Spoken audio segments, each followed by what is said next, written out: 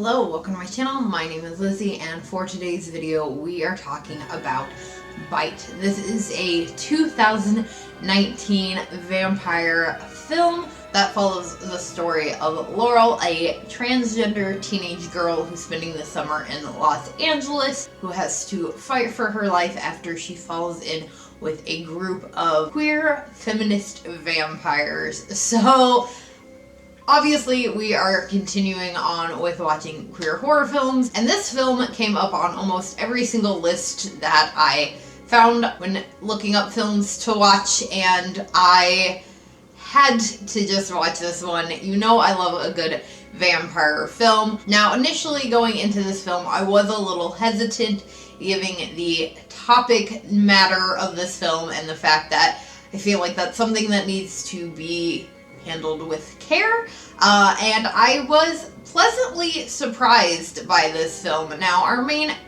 character, Laurel, who is played by Nicole Maines and is actually a trans actress herself, which I think is really important, especially when making films like this. Obviously, there have been some issues with some films in the past with cis actors being cast to play transgender characters. So this film already is a step up, having a trans actress play this character, and really the conversation or the topic of her being trans really isn't that heavy of a part of the film.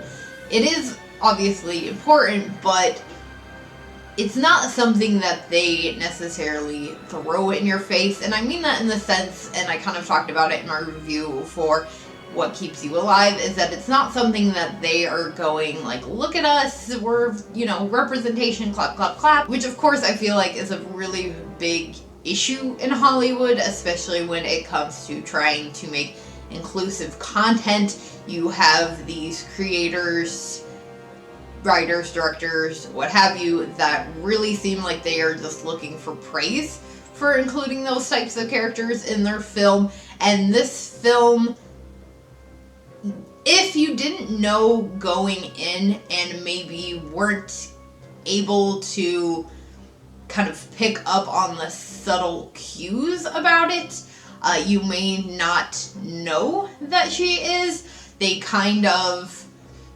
They never really like come out and say it so much in the film. There is one part when the vampires are kind of explaining these sets of rules that they have, which one of those rules is to never turn men.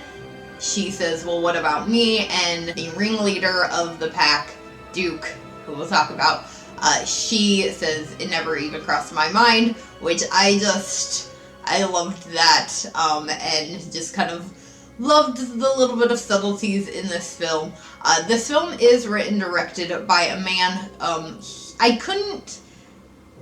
I read some interviews with him, and he said that when it came to writing this script, he really not only just talked to the people in his life who he knows have gone through these types of struggles, but he did a lot of reading and a lot of research before kind of writing these characters, which I think definitely shows in this film. I think, and some people may hate me saying this, but I think that you really can tend to tell the difference between films, especially queer films or films with a heavy female cast and kind of a feminist angle. You can a lot of times tell whether or not they're written by men versus written by women, and this film is very different, and I feel like he did such a good job with this.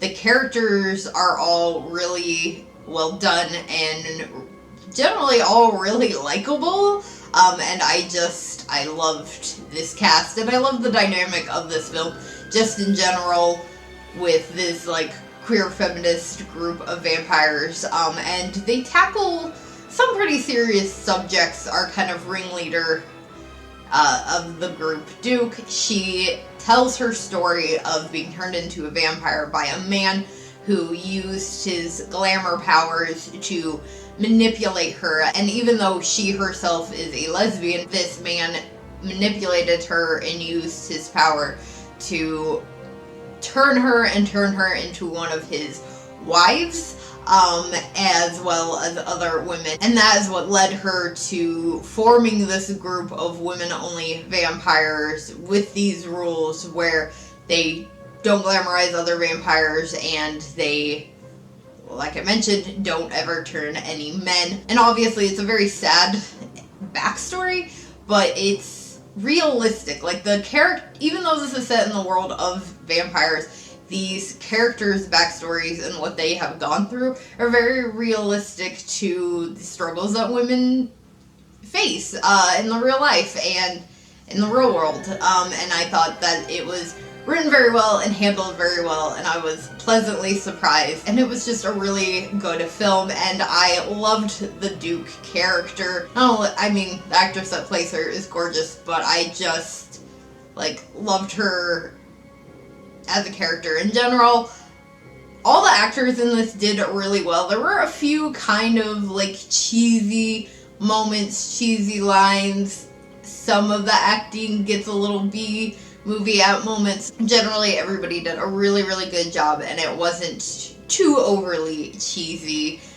It was just, it's a really entertaining, good vampire film. And it does end with our main character of Laurel making a comment about, this is fun, I hope that they do more, and she even makes, a little bit of a joke about how, don't worry, there's no way I'm going to be able to get pregnant in the fourth one. A little bit of a stab at Twilight that I thought was also funny, and, a little bit of a funny, lighthearted trans joke. Now, keep in mind, I myself am not a trans woman, so I can't really say to the accuracy of this character and her struggles and how her character was held. So if there is anybody out there that can speak on this and has a different opinion on the film, definitely let me know. I would love to know your opinion on this film. I really enjoyed it. I thought it was a lot of fun. I will say, keep in mind before going into this film that if you are going to be sensitive when it comes to feminist agenda, this would not be the film for you, or would this YouTube channel. But I loved it. Thought it was a lot of fun. Really good time. So if you are looking for a new fun vampire film, bit of a female Lost Boys, highly suggest checking this one out. I just watched it on Tubi for free on there, so there are some ads, but I think it's definitely worth it. So if you have seen 2019's Bite, let me know what your thoughts are on it in the comments below. If you did enjoy this video, please do give it a big thumbs up. Make sure you hit that subscribe button for more horror-related content. Before I go, a quick shout out to my Patreons. Thank you so much for helping to contribute to the channel. If you know the perks to being a patron, there are links down in the description below, along with all of my social media, and I will see you all again later with another video. Bye!